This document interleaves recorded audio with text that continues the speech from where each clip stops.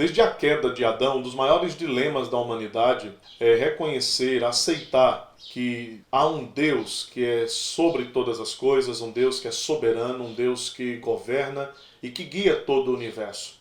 Nós estamos falando do Deus que é Senhor da história. É sobre isso que nós vamos falar hoje, sobre o Deus eterno que governa, que estabelece, que conduz a história segundo a sua vontade para a glória do seu nome. É proibido pensar, é proibido. Sem dúvida, esse não é um dos assuntos mais fáceis de serem tratados. Mexem diretamente com o ser de Deus, com a doutrina de Deus.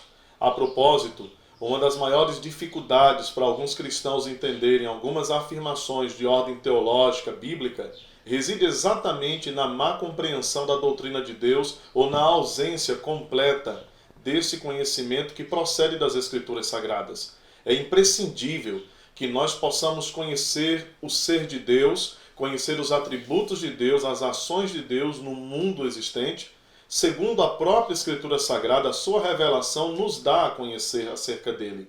Deus se revela, ele se revelou e essa revelação está nas Escrituras. Nós precisamos atentar para o fato de que esse Deus, que é um ser pessoal, inteligente, sábio, santo, Senhor de todas as coisas, ele possui uma vontade. Essa sua vontade é necessariamente uma vontade perfeita, santa, sábia e, sem esquecer, uma vontade soberana. A soberania de Deus é um dos atributos essenciais do ser de Deus. Ele tem que ser soberano. Mas se você perguntar a muitos crentes se eles acreditam que Deus, o Criador do céu e da terra, o seu Deus, ele é um Deus soberano, certamente a resposta é positiva. Sim, Deus é soberano. Mas eu quero dizer a você que essa resposta ela não contempla o todo daquilo que se espera. Porque dizer meramente que Deus é soberano não satisfaz plenamente. Nós precisamos ter certeza de que esse Deus soberano é soberanamente Senhor de todas as coisas, que este Deus é Deus absolutamente soberano. A soberania de Deus precisa ser uma soberania absoluta. A sua vontade é uma vontade ampla, perfeita. O conhecimento que Deus possui não é um conhecimento em parte, como aquele ao qual Paulo se refere na primeira carta aos Coríntios, no capítulo 13, quando ele diz acerca de nós conhecemos agora em parte, como quem olhando por um espelho. Claro que o espelho ao qual Paulo se referia não era os espelhos que nós temos hoje, mas os espelhos daquela época, feitos em metal, metal polido. Isso dava uma compreensão da sua própria imagem, uma visão da sua própria imagem um tanto distorcida. Mas o conhecimento de Deus não é um conhecimento em parte. Deus, absolutamente soberano, ele é um Deus que possui um conhecimento completo, perfeito de todas as coisas. Deus sabe de tudo. Nós chamamos isso de onisciência. Mas nós precisamos levar esta onisciência às últimas consequências. Há muitos textos nas Escrituras Sagradas que nos mostram que Deus conhece todos os eventos futuros. Ele sabe de tudo que um dia vai acontecer. O que nós precisamos resolver é se esse conhecimento de Deus sobre o que vai acontecer é um conhecimento preciso, certo. Se isso é determinado. Se isso é determinado, nós somos então levados a uma segunda pergunta. Quem determinou esses eventos? Quem determinou a história? Há alguns textos na palavra de Deus que podem nos ajudar a entender isso. Um dos principais textos está no livro do profeta Isaías, no capítulo 46, versículos 9 e 10, que nos dizem o seguinte: Lembrai-vos das coisas passadas da antiguidade, que eu sou Deus e não há outro. Eu sou Deus e não há outro semelhante a mim, que desde o princípio anuncio o que há de acontecer, e desde a antiguidade as coisas que ainda não sucederam, que digo, o meu conselho permanecerá de pé, farei toda a minha vontade. As palavras do profeta Isaías são preciosas. O que Deus está revelando para nós é que ele anuncia as coisas futuras. Ele está relacionado às coisas que já aconteceram. E ele diz, eu sou Deus, não há nenhum Deus além de mim, não há nenhum Deus antes de mim. O fato de Deus dizer que Ele é Deus, apenas Ele é Deus, com relação aos eventos passados e com relação aos eventos futuros, nos colocam frente a frente a uma grande verdade que está exposta nas Escrituras Sagradas. Deus é o Senhor da história. Ele está no trono. Foi exatamente isso que Isaías viu no capítulo 6. O Senhor assentado em um alto e sublime trono. Ele tem que ser o Senhor da história. Imagine você que se Deus apenas pudesse prever os eventos, se Ele apenas pudesse antecipar os eventos, conhecer aquilo que há de acontecer, sem que Ele houvesse determinado esses eventos, nós estaríamos sendo conduzidos a grandes complicações com relação ao ser de Deus. Ora, se Deus sabe que alguma coisa vai acontecer daqui a 10, 20, 30, 50, 100 anos, mas Ele apenas sabe porque Ele apenas pôde prever isso, eu lhe pergunto, quem criou esse evento para colocá-lo no corredor da história, de maneira que isso de fato aconteça um dia?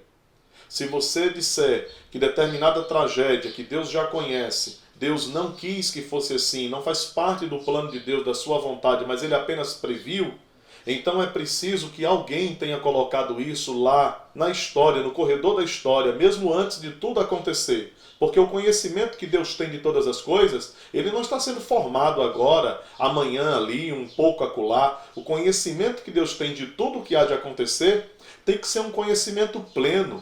Isso não pode ser desconectado do ser de Deus, que não tem início nem fim de dias. É um conhecimento que extrapola a nossa capacidade de entender. Nós estamos lidando com algo que é maior do que nós. Nós estamos lidando com algo que ultrapassa a razão humana, mas que não ignora a lógica ou os princípios do raciocínio humano. Aquilo que deve ser compreendido à luz das Escrituras Sagradas é que Deus formulou o seu plano antes de criar todas as coisas. Esta criação faz parte de um único plano de Deus. Tudo aquilo que há de acontecer com respeito a esta criação já está no plano de Deus. É aquilo que a Escritura chama de desígnio de Deus, ou vontade de Deus, ou conselho de Deus, como nós lemos lá no capítulo 46 de Isaías.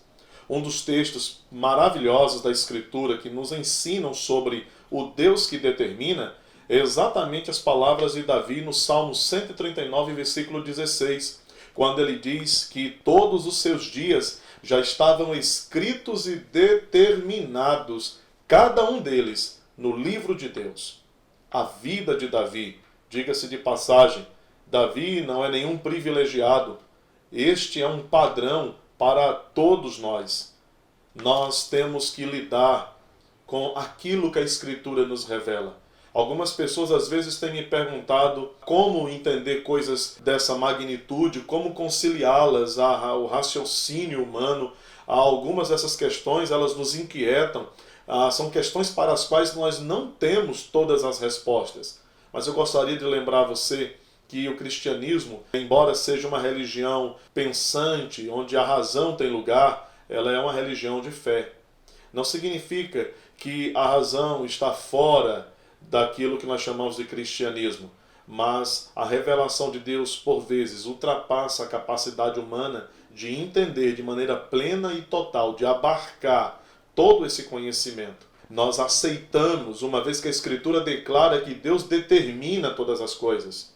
Não há como fugir disso. Se você negar que Deus não tem uma vontade completa ou que Ele não conhece todas as coisas, então Ele não pode ser um Deus onipotente, todo-poderoso, Ele não pode ser um Deus onisciente.